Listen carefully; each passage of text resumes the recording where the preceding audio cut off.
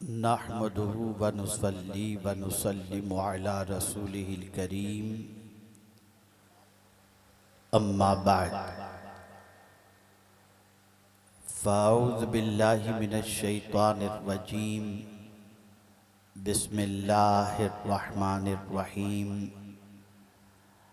फ़मन कान यरजू लिक़ाअ रब्बिही फ़लयअमल अमलन सालिहा वला युशरिक बिइबादति रब्बिही अहदा।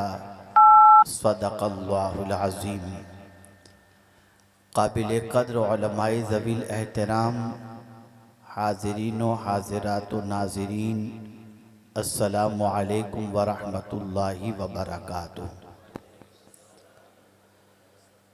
मेरे प्यारे आका सल्लल्लाहु तआला अलैहि वसल्लम के प्यारे दीवानों, आये करीमा की जो तिलावत का मैंने शर्फ हासिल किया, उससे मुताल्लिक़ कुछ मारूज़ात पेश करने से पेशतर आक़ाए करीम रऊफ़ुर रहीम अलैहि तहिय्यत व तस्लीम की बारगाह बेकस पनाह में मर्द हज़रात बुलंद आवाज़ से और ख़वातीन पस्त आवाज़ में दुरूद व सलाम का नजराना पेश करें। अस्सलातु वस्सलामु अलैका या रसूल अल्लाह,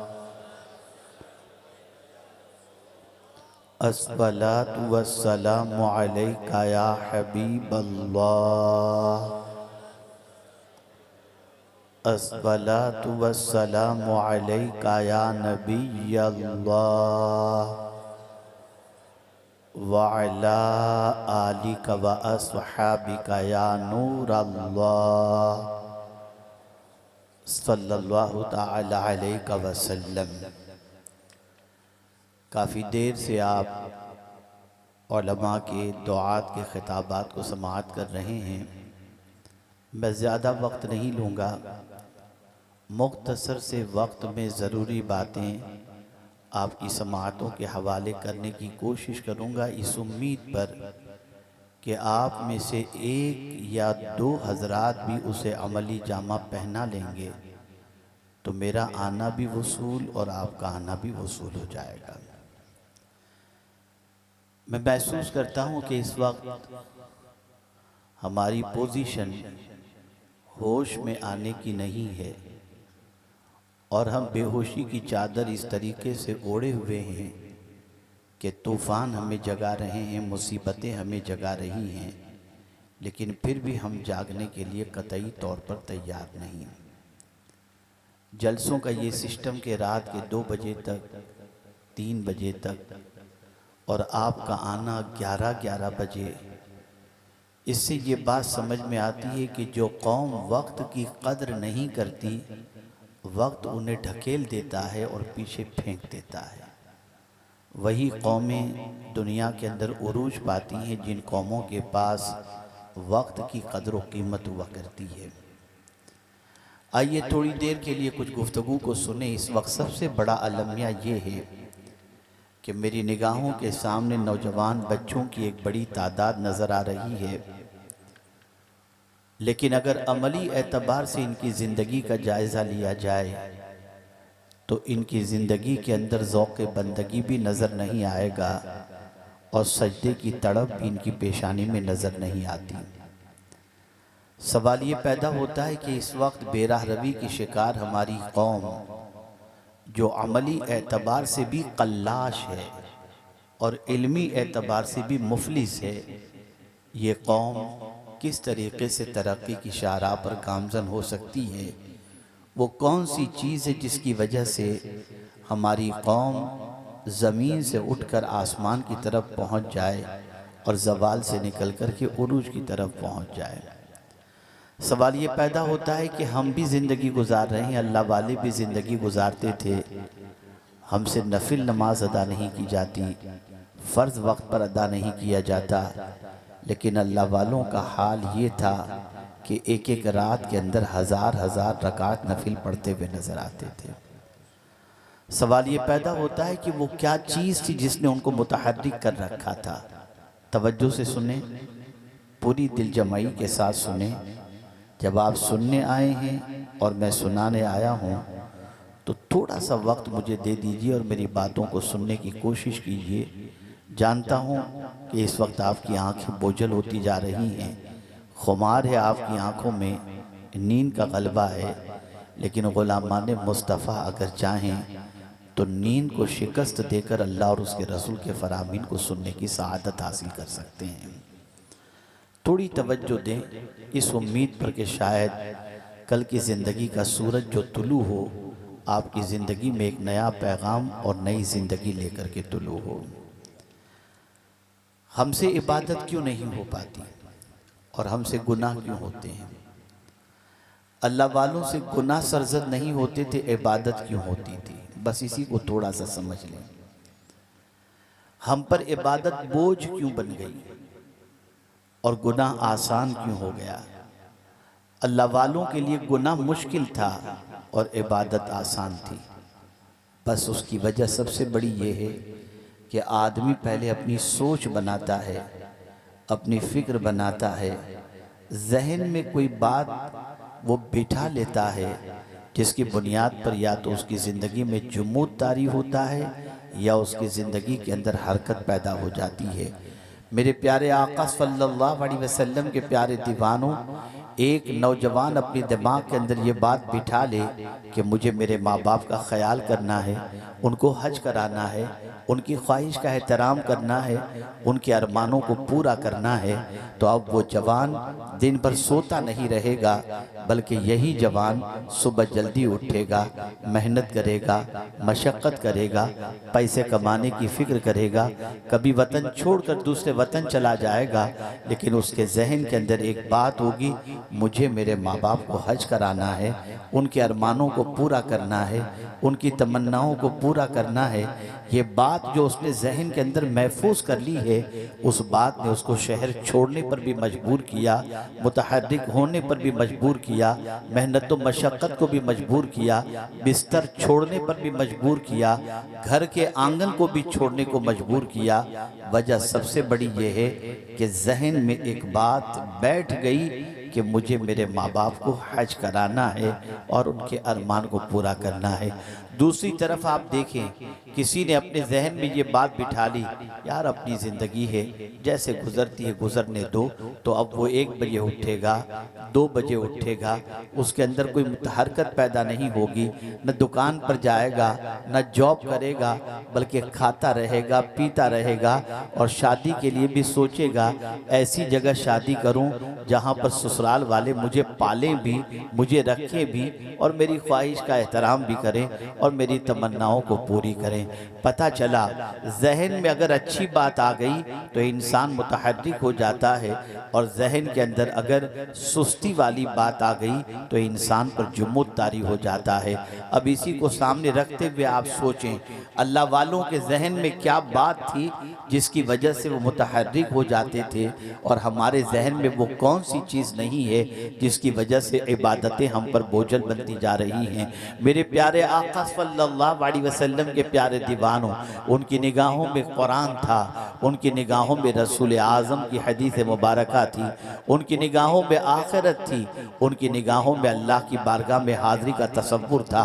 मेरे प्यारे आका सल्लल्लाहु अलैहि वसल्लम के प्यारे दीवानों, उन्होंने जब कुरान पढ़ा तो देखा कि अल्लाह इरशाद फरमाता है, फमन कान यरजू लिक़ा रब्बिही फलयअमल अमलन सालिहा, जो अल्लाह से मिलने की उम्मीद रखता हो उसे चाहिए कि वो नेक अमल करे।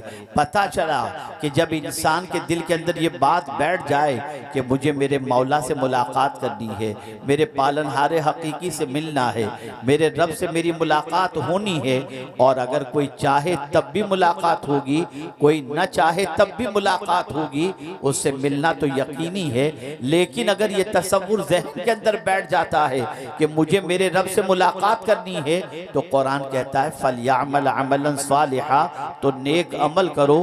पता चला अल्लाह अज़्ज़ा व जल्ल से मुलाकात के वक्त अगर एक बंदा ये चाहता है कि मेरा मौला मुझसे मिले या मैं मेरे मौला से मिलूं, तो मेरा मौला मुझसे राजी हो तो फिर वो बेअमली का शिकार नहीं होता, वो अमल सालेह का पैकर बन जाया करता है, वो नमाजों का पाबंद बन जाता है, वो सजदों का पाबंद हो जाता है, वो हुस्न अखलाक का पाबंद हो जाता है, वो अमल सालेह का पैकर बन जाता है, जुमूद टूट जाता है और हरकत पैदा हो जाती है।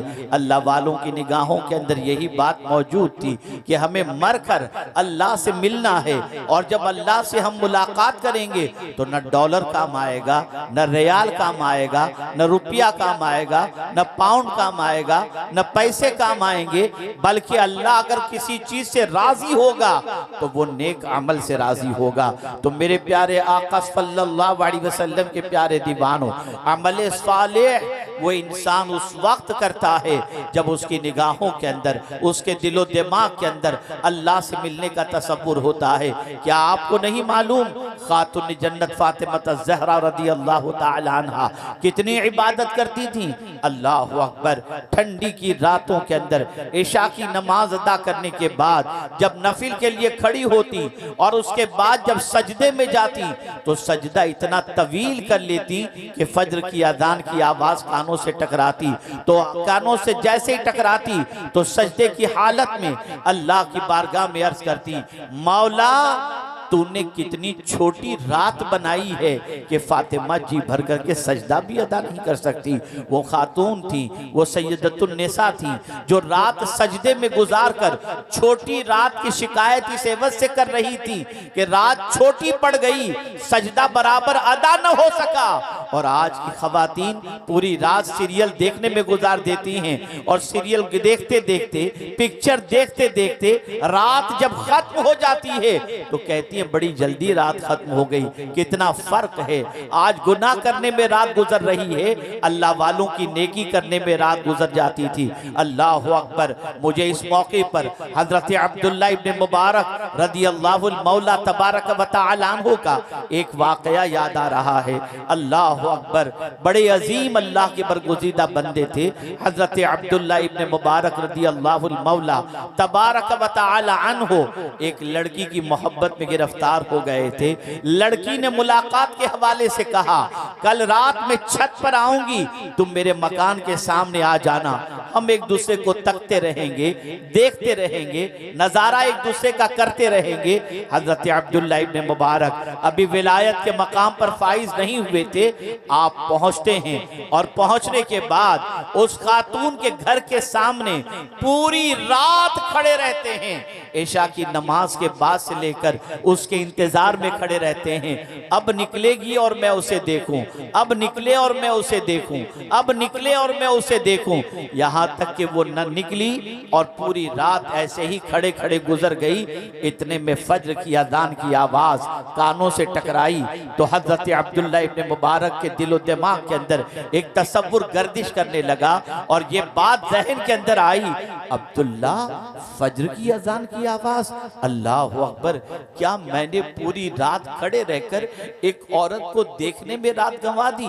अल्लाह अकबर। काश ये पूरी रात में अपने खुदा के हुजूर खड़े होकर के गुजार देता तो पता नहीं मेरे मौला की बारगाह से कितना इनाम व इकराम मुझे नसीब होता। बस ये ख्याल आया, तौबा की और हजरत अब्दुल्लाह इब्न मुबारक मस्जिद की तरफ गए। उसके बाद पलटकर उस औरत की तरफ नहीं गए और फिर अल्लाह ने इतना ऊंचा मकाम अता फरमाया कि हजरत इमाम आजम फरमाते हैं, क़यामत के दिन अगर अल्लाह पूछे कि तू क्या लाया है तो मैं अब्दुल्लाह इब्न मुबारक को पेश कर दूंगा। आप मुझे बताओ, क्या हमारी रातें गुनाहों में नहीं गुजर रही? हम भूल गए कि हमारे मौला की बारगाह में हाजिर होना है। एक दिन हमारी जिंदगी के बारे में वो हमसे पूछेगा, एक एक पल के बारे में सवाल पूछेगा, एक एक लम्हे के बारे में सवाल पूछेगा, एक एक आदतों के बारे में सवाल पूछेगा, एक एक हालत के बारे में सवाल पूछेगा। हम क्या जवाब दे पाएंगे? खुदा के लिए संभल जाओ।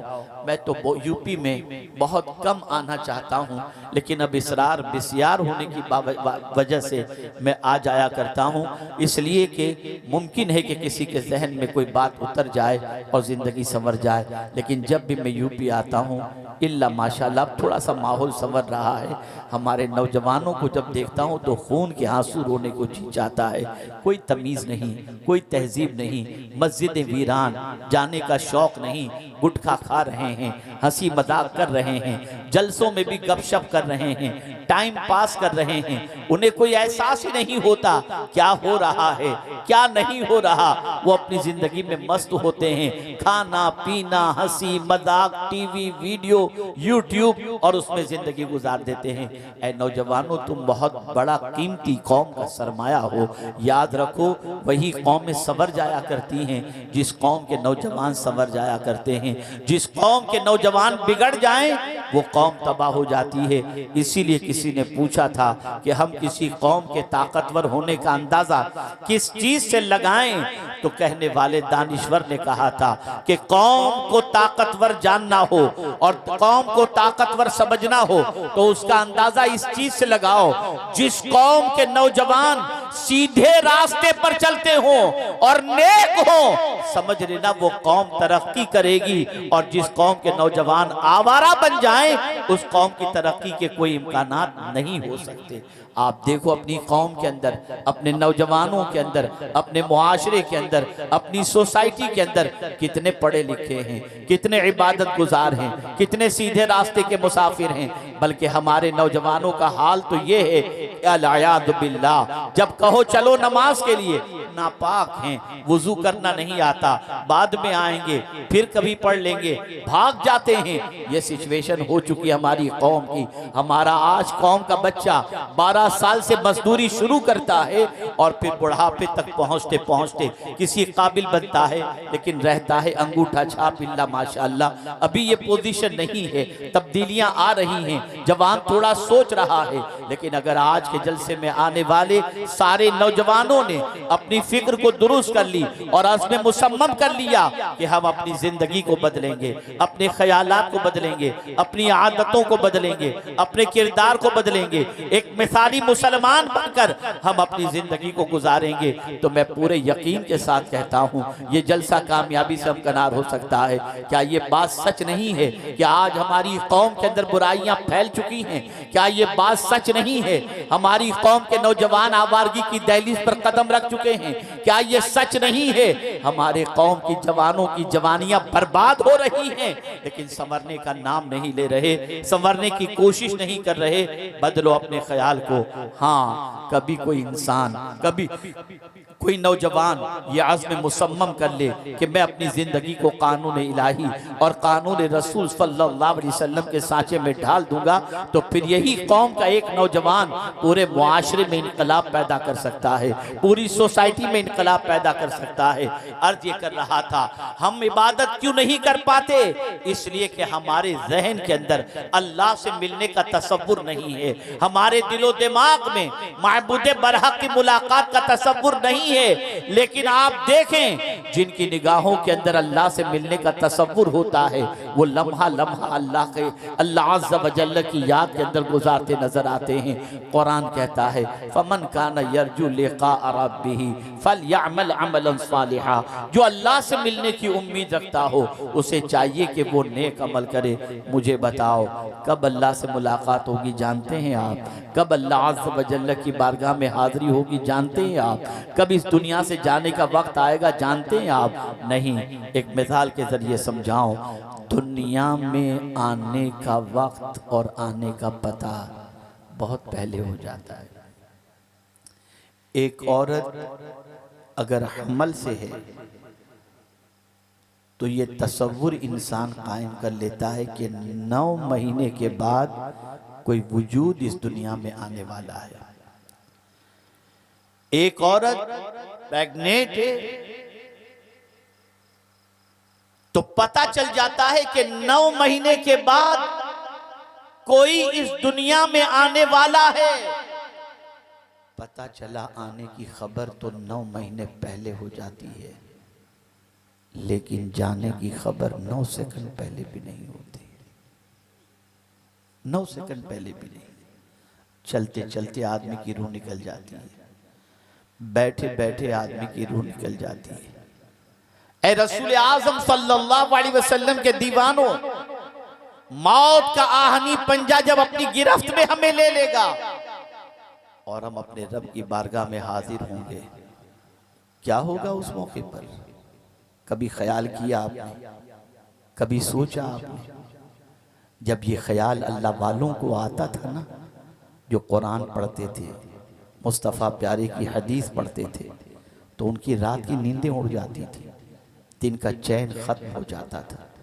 जानते हैं आप, अल्लाह अकबर, मेरे प्यारे आका सल्लल्लाहु अलैहि वसल्लम के प्यारे दीवानों, सैयदना मौला अली करमल्लाहु ताला वजहुल करीम महराब के अंदर मस्जिद की महराब में इस तरह से बिलक बिलक करके रोया करते जैसे किसी सांप ने डंक मार दिया, इस तरह से रोते। और जब उनसे रोने की वजह पूछी जाती तो जानते हैं वो क्या फरमाते? इरशाद फरमाते, सफर लंबा है और सामान्य सफर कुछ भी नहीं है। कौन सा सफर? आखिरत का सफर। कौन सा सफर?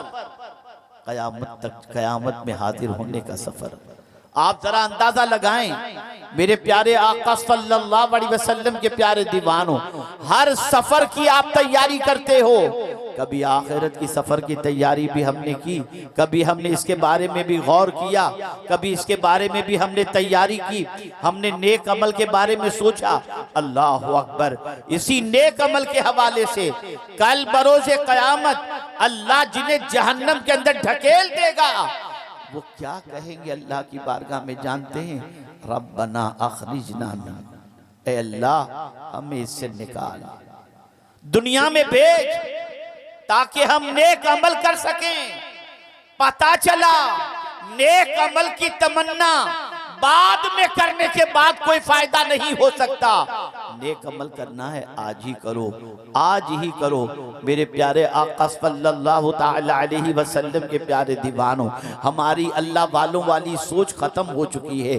हम तो सीरियल देखते देखते गुनाहों की सोच में डूब गए, अल्लाह वालों की सोच हमारे अंदर पैदा न हो सकी। मुस्तफ़ा प्यारे सल्लल्लाहु अलैहि वसल्लम की सोच हमारे अंदर पैदा न हो सकी। जानते हैं आकाए करीम सल्लल्लाहु अलैहि वसल्लम जिंदगी के बारे में क्या फरमाते हैं? जो सांस अंदर गई है वो बाहर निकलेगी कि नहीं निकलेगी नहीं खबर, नहीं खबर। और हम दुनिया में मस्त हैं, हमें कोई एहसास ही नहीं है, हमें कोई फर्क ही नहीं पड़ता। हम भूल चुके हैं कि मरना है, हम भूल चुके हैं कि खुदा की बारगाह में हाजिर होना है। अल्लाह वाले एक लम्हे के लिए भी नहीं भूलते थे, एक सेकंड के लिए भी नहीं भूलते थे। हमेशा ये ख्याल रहता कि कभी भी मौत आ सकती है। हम जिस हाल में भी अल्लाह की बारगाह में पहुंचे वो हाल हमारा अच्छा हो, तिलावत करते हुए मौत वाक़े हो, सजदे की हालत में मौत वाक़े हो, तवाफ़े काबा करते हो तो मौत वाक़े हो, दुरूद व सलाम का नजराना पेश करते हो तो मौत वाक़े हो। ऐ रसूल आज़म सल्लल्लाहु ताला अलैहि वसल्लम के दीवानों, यही वजह है कि उनकी जिंदगी इबादत और रियाजत में गुजरती थी, लेकिन हम मौत भी भूल गए, आखिरत भी भूल गए, अल्लाह की बारगाह में हाजिरी का तसव्वुर भी निकल गया। यही वजह है हमारी जिंदगी गुनाहों में गुजर रही है, नेकियां हो ही नहीं पाती, नेकियां कर ही नहीं पाते। इस तरह से नेकियों से भागते हैं कि माअल्लाह जैसे नेकी करेंगे तो कोई नुकसान हो जाएगा। खुदा के लिए अपनी अक्ल को ठिकाने पर लाओ, होश के नाखून लो और ज़ौक़ इबादत पैदा करो। मरेंगे तो हमारे पास कोई चीज़ हमारे साथ जाने वाली नहीं होगी। यही नेकियां हैं जो मरने के बाद हमारी कब्र में हमें काम आएंगी। इसीलिए नेकियों के हरीस बनो, अल्लाह की इबादत के हरीस बनो, तिलावत कुरान मुक़द्दस के हरीस बनो, रसूल रहमत पर दुरूद व सलाम के हरीस बनो, ताकि जिंदगी भी संवर जाए और आखिरत भी संवर जाए। अब मैं आपको समझाऊं, आज क्यों बेकरारियां बढ़ रही हैं, आज क्यों बेचैनियां बढ़ रही हैं, आज क्यों इत्मीनान खत्म हो रहा है। उसकी सबसे बड़ी वजह यह है कि हमने अल्लाह की याद को भुला दिया, नेकियों को फरामोश कर दिया। जब नेकियों का जज्बा खत्म हो गया, अल्लाह ने दिल से सुकून को खींच लिया। और जब जब बंदा नेकी करता है अल्लाह उसे सुकून की दौलत अता फरमा देता है, इत्मीनान की दौलत अता फरमाता है। खुदा के लिए गुनाहों से रिश्ते को तोड़ो, गुनाहों से रिश्ते को तोड़ो, गुनाहों से ताल्लुक को तोड़ो। गुनाह दिल के अंदर कांटा बन करके चुभता है और नेकी दिल के अंदर गुलाब बन करके खिला करता है, खिला करती है। ए रसूल आज़म सल्लल्लाहु अलैहि वसल्लम के दीवानों, मैं ये महसूस कर रहा हूँ कि ये वक्त न खिताब करने का है और न खिताब सुनने का है। आप भी काफ़ी घंटों से बैठ करके इस तरीके से अल्लाह अज़्ज़ व जल और उसके रसूल सल्लल्लाहु अलैहि वसल्लम के इरशादात को सुन रहे हैं। बस मैं आखिरी बात अर्ज करते हुए अपनी गुफ्तगू को इख्तिताम की तरफ लेकर के जाता हूँ। क्या वजह है हमसे सुन्नतों पर अमल नहीं होता? क्या वजह है कि हमसे इबादत नहीं हो पाती? काफिरों वाली सोच हमारे दिलो दिमाग में बैठ चुकी है।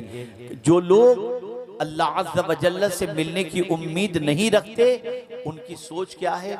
तो कुरान कहता है इन्नल्लज़ीना ला यरजूना लिक़ाअना वरदू बिल हयाति दुनिया वत्मअन्नु बिहा वल्लज़ीना हुम अन आयातिना गाफिलून उलाइका मअवाहुमुन नारु बिमा कानू यक्सिबून।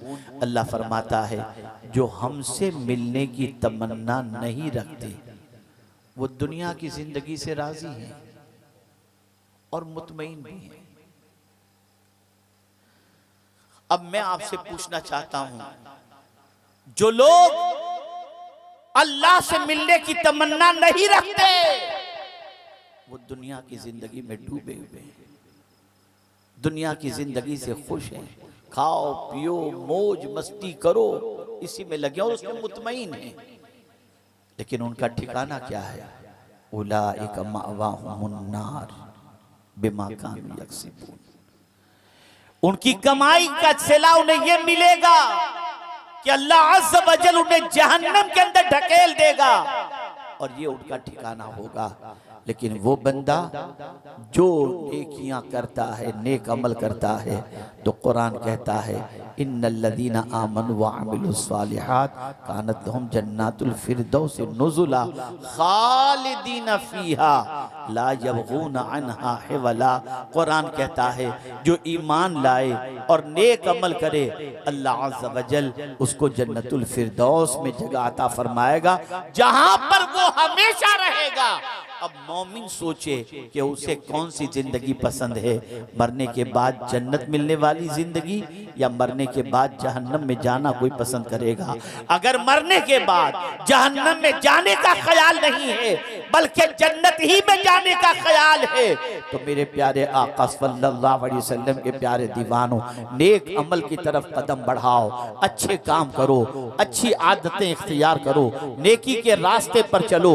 आज दुनिया का मुसलमान कहता है लोग हमसे नफरत करते हैं, लोग हमको चिढ़ाते हैं, लोग हमको गालियां देते हैं। हम भी इन्हीं इंसानों के दरमियान रहते हैं, लेकिन अल्लाह वालों की जिंदगी देखो, वो भी इन्हीं इंसानों के दरमियान रहते थे। लेकिन हाल ये था कि अल्लाह के वली जब निकला करते थे तो उनको गाली देने वाले भी लोग उनके सामने हाथ बांध कर खड़े रहते। बल्कि कभी तो ऐसा होता कि अपनी परेशानियों के इजाले के लिए उन्हीं की बारगाह में हाजिर हुआ करते। या अल्लाह ये इनकी कैफियत कैसे बन गई, इनके दिल में इनकी मोहब्बत कैसे बैठ गई? तो अल्लाह फरमाता इन्नल्लज़ीना आमनू व अमिलुस्सालिहात, बेशक वो लोग जो ईमान लाए और नेक अमल किए, सयजअलु लहुमुर रहमानु वुद्दा, रहमान उनकी मोहब्बत लोगों के दिलों में पैदा फरमा देगा। हम चाहते हैं कि सबकी मोहब्बत हमारे दिल में पैदा हो, तो सुन लो, अच्छे लिबास से मोहब्बत पैदा नहीं होती, दौलत के अंबार से टेम्परेरी मोहब्बत होगी, परमानेंट नहीं होगी। लेकिन अगर आपने नेक अमल अपनी ज़िंदगी में इख्तियार कर लिया तो मरने के बाद भी आपकी मोहब्बत का चिराग लोगों लोगों के सीनों में रोशन रहेगा। ख्वाजा साहब को विसाल किए हुए 800 से ज़्यादा साल गुजर चुके, लेकिन मोहब्बत का चिराग आज भी जल रहा है, मोहब्बत का दिया आज भी जल रहा है। हमने देखा नहीं ख्वाजा साहब को, लेकिन मोहब्बत इसलिए करते हैं कि उनकी मोहब्बत अल्लाह ने हमारे दिल में डाल दी, और इसलिए डाली कि उन्होंने पूरी जिंदगी अल्लाह और उसके रसूल की इताअत में गुजार दी। तो बदलो अपनी सोच को, बदलो अपने अफकार और नजरियात को। और एक सवाल मैं आपसे पूछता हूँ, क्या इसी तरीके से आप चाहते हैं कि रात 2 बजे तक आधी नींद के अंदर जलसे चलते रहें?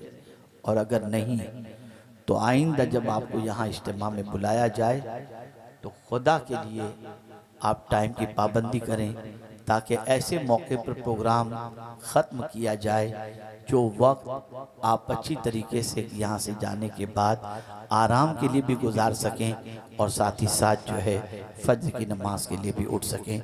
जाहिर सी बात है कि इतने थके मांदे होने की वजह से और इतनी देर रात हो जाने की वजह से न ज़ौक़ समाअत रहता है और न तवज्जो रहती है, बल्कि बस जैसे तैसे बस एक जलसे में बैठे हैं तो टाइम गुजार दें, यही एक फ़िक्र रहती है, जिसे न मैं कल पसंद करता था न आज पसंद करता हूँ।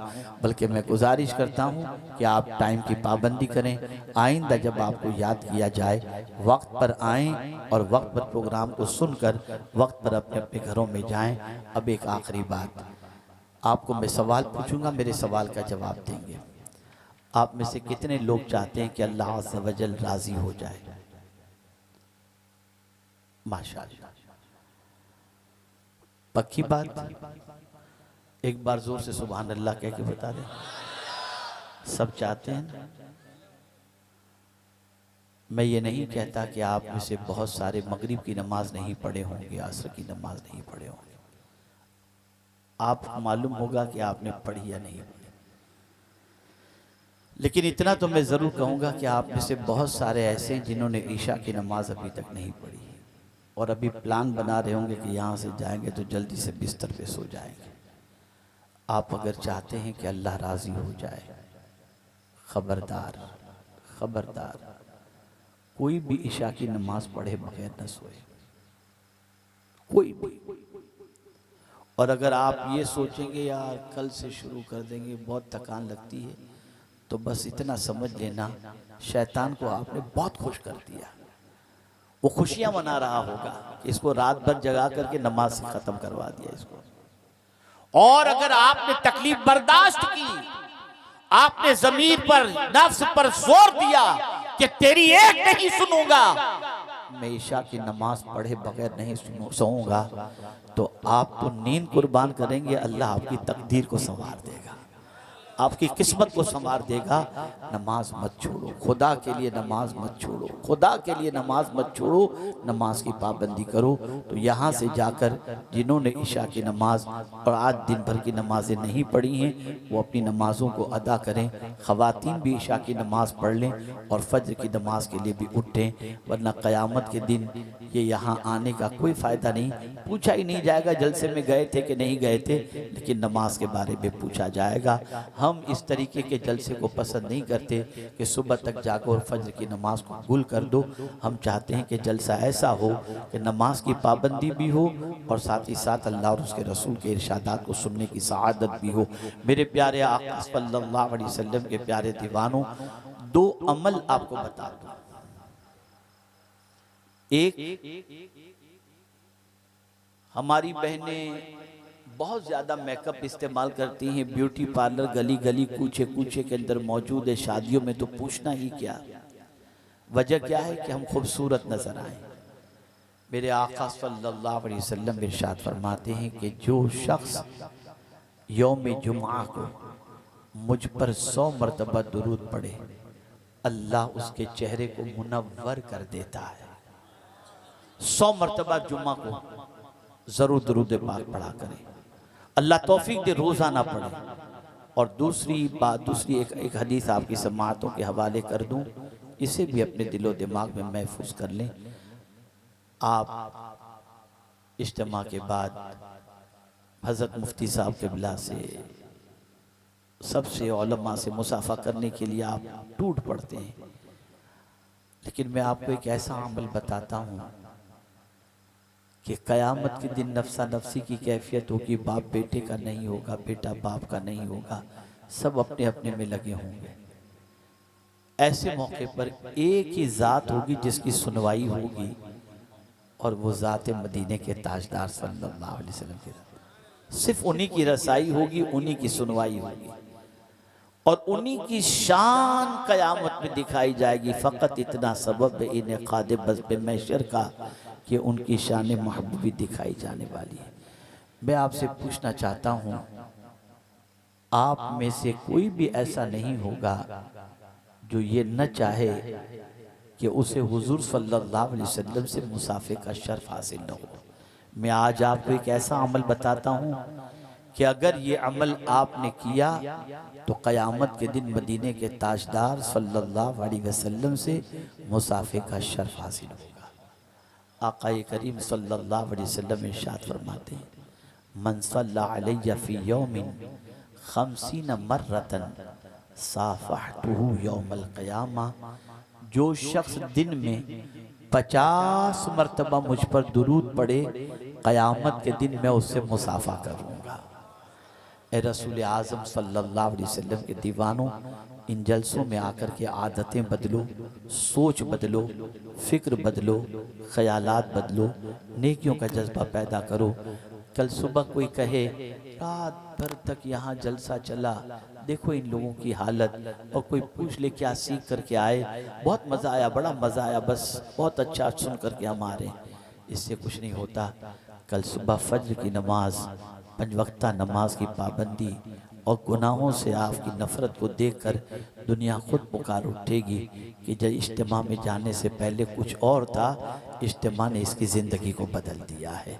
इसलिए आप बदलो अपने आप को, नमाज के पाबंद बन जाओ, गुनाहों से तौबा करने वाले बन जाओ, और याद रखो हालात बड़े कठिन, बड़े ख़राब और बड़े इम्तिहान के आ रहे हैं। ऐसे इम्तिहान वाले हालात के अंदर अगर कोई चीज़ हमें अल्लाह अज़्ज़ा वजल और उसके रसूल सल्लल्लाहु अलैहि वसल्लम से इनाम व इकराम की हक़दार बना सकती है तो वो नेक अमल हैं। नेक अमल की तरफ बढ़ो, ईमान के साथ साथ नेक अमल अगर इख्तियार किए तो इंशाअल्लाह दुनिया भी संवर जाएगी और आखिरत भी संवर जाएगी।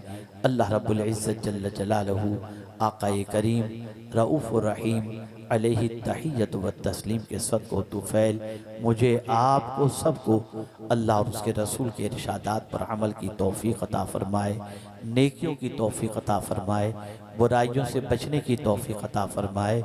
कभी कभी ऐसा होता है कि नेकी करके आदमी वो मकाम नहीं पा लेता जितना गुनाहों से बचकर आदमी मकाम पा लेता है। इसलिए गुनाहों से ज़्यादा बचो, अल्लाह अज़्ज़ा व जल्ल की नाफरमानी से ज़्यादा बचो। इंशाअल्लाह दुनिया आखिरत दोनों संवर जाएगी। सुन्नी दावत इस्लामी से जुड़ो, सुन्नी दावत इस्लामी का काम अपने इलाके में करो, सुन्नी दावत इस्लामी की मोहब्बत अपने दिल में पैदा करो, सुन्नी दावत इस्लामी के माहौल से वाबस्ता हो जाओ। अल्लाह हम सब पर करम की नज़र फरमाए। व मा अलैना इल्लल बलागुल मुबीन। अस्सलामु अलैकुम व रहमतुल्लाहि तआला व बरकातुहू।